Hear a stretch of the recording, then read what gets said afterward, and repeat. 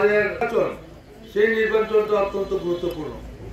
আজকে যে নির্বাচন, পঞ্চায়েত নির্বাচন করতে গেলে সময় লাগে না, সেখানে আমাদের বর্তমান মুখ্যমন্ত্রী মহাশয় দেড় বছর সময় অতিবাহিত করেছেন।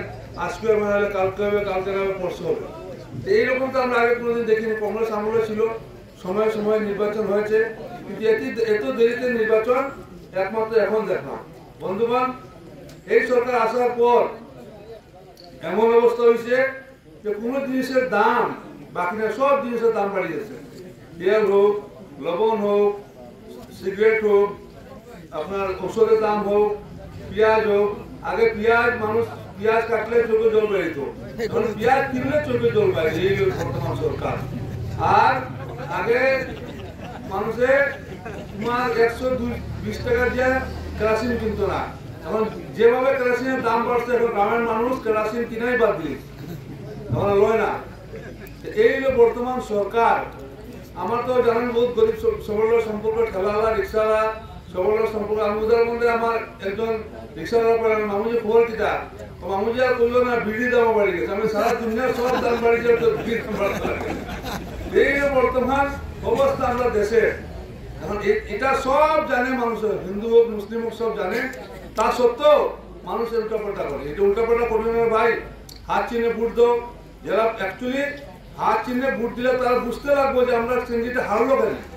এই অনুসূচনা না এলে তারাও শুদ্ধ না, তারা ঠিক হতে গেলে তারাও এরকম কংগ্রেস জিতলে তারা ঠিক হইব। তারা আর যে কয়েক বছর, 1 বছর আছে, তখন দাঁড়াইব। 26-এ তো আশা করি তারা অন্য নির্বাচন হইব। আর বর্তমান যে সরকার, এই সরকারের সবচেয়ে সীমান্ত সার্থিক কথা বলবেন, যেমন অবস্থা হয়েছে যে চাকরি আমাদের বরাদ্দ করতে ছেলে মেয়ে পায় না। চাকরি 3rd গ্রেড 4th গ্রেড, যেটা আশ্চর্য ব্যাপার যে এত অঞ্চলের কাছাড়, হাইলাকান্দি, করিমগঞ্জে আমরা ছেলেমেয়েরা একদম অনুপযুক্ত, যে 3rd গ্রেড 4th গ্রেড লাগে তারা উপযুক্ত নাই, জানলে তারা চাকরি পায় না। নাইলে তো আজকে কোর্ট থেকে তারা আনিয়া বিভিন্ন অফিসে দেখবা 3rd গ্রেড 4th গ্রেড তারা ওইখান থেকে আনি এখানে চাকরি দেয়। কদিন যাওয়ার পরে আবার উঠে হয়ে যায়। এরকম তো হয় না, না ধর্ম থাকতে লাগে, সবের সমান চোখে দেখতে লাগে, তখন গিয়ে কাজ হয়। আমি আশা করি যে আমাদের জেলা পরিষদ এবং এপি, তাছাড়া যারা মেম্বার, তারা জিতবো 100% জিতবো না নি? তবে হাত উঠাতে একবার, ও তো অত মানুষ হাত উঠেছে, শিওর জিতবো। অতএব রাহুল, ও রাহুল, এখন অতজন লোকে হাত আশীর্বাদ দিছে, দোয়া দিছে। এই হাতে আশীর্বাদের দোয়ায় আমরা এপি এবং জিপি বা মেম্বার জিতবো। সবচেয়ে বড় কথা হচ্ছে জিতার পরে তারা যেন আপনাদের কাজ করে।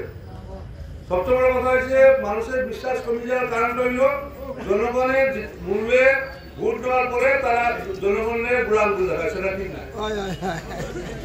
একচুয়ালি মানুষের লোক জনগণের মিলিয়ে কাজ করতে হয়।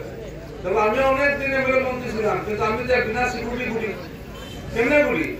ওই মানুষের আশীর্বাদের দোয়ায় চলিয়ে যে পাঠিয়েছে, আমার সিকিউরিটি লাগে না। আমি ঠেলাওয়ালা, রিক্সাওয়ালা সবার লোক আলাপ করি। অনেক সময় আমি হাত দেখাই যাই, মানুষের লোক আপনি হাত দেখাই গেছেন যে আমি 3 মাস আমি বুঝলাম 3 মাস তোমার লোক দেখা নাইলো, আমি জানি না যে আপনি আসবেন। এটা তো আমি মন্ত্রী বা জেলা পরিষদ মেম্বারকে হাতও দেখাই না, আমি তো কোনো হাত দেখাই, যে কোনো মানুষের সব হাত দেখাইয়া পার হই। ঠিক আছে, তাই তো হাত দেখাই গেছে।